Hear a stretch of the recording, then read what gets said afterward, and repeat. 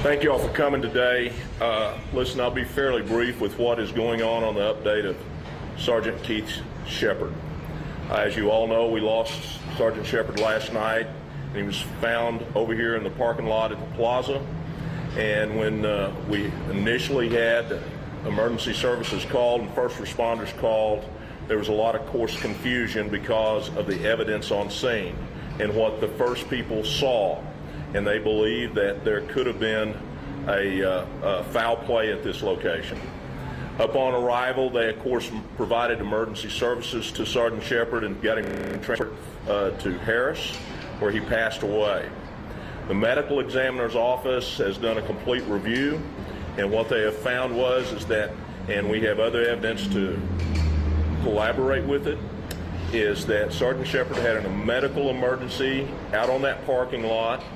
It appears that he fell and had some superficial trauma to the head, which caused a lot of bleeding, and he was able to slightly recover from that long enough to get into his car, where he passed away. And the medical examiners believe that he had a pulmonary embolism and some blood clots that brought or ceased his life. And that is the update as we have it today. Sergeant Shepard was with us for a little over 18 years. He a well-respected leader in this organization.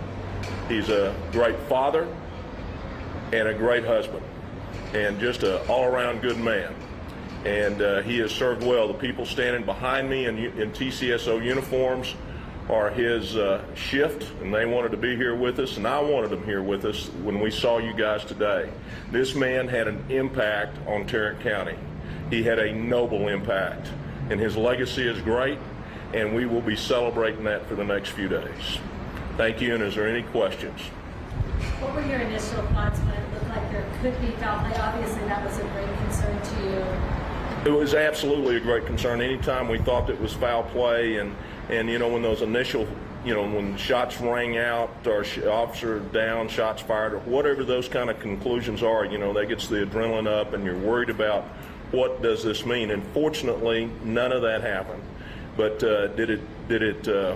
you saw the response. It was a massive response. Fort Worth was incredible. All the agencies that showed up to support at Harris was incredible, because everybody initially did think the worst.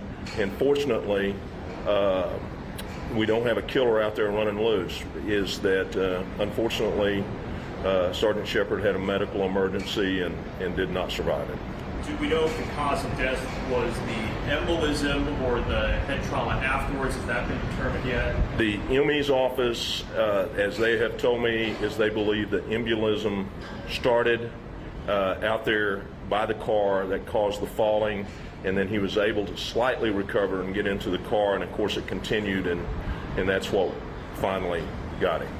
How's your team doing, Sheriff? Well, there's a lot of sad people here. But they know that the great legacy that he has left is that we need to step into that gap and continue that noble service as he did. And but they're sad, and there's a lot of tears going on. As I said, he had an incredible impact on a lot of people, and he will be missed sorely.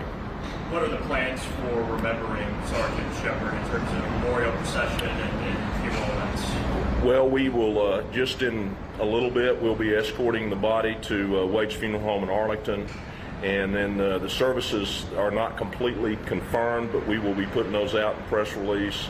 But it's going to be later in the week, we believe, at this time, and we'll get those firmed up and make sure they get to you.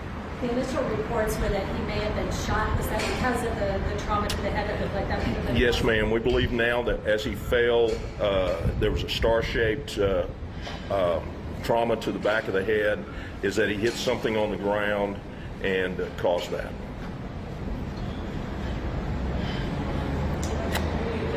Thank you all very much for coming out on Saturday afternoon, and we appreciate it. God bless you all.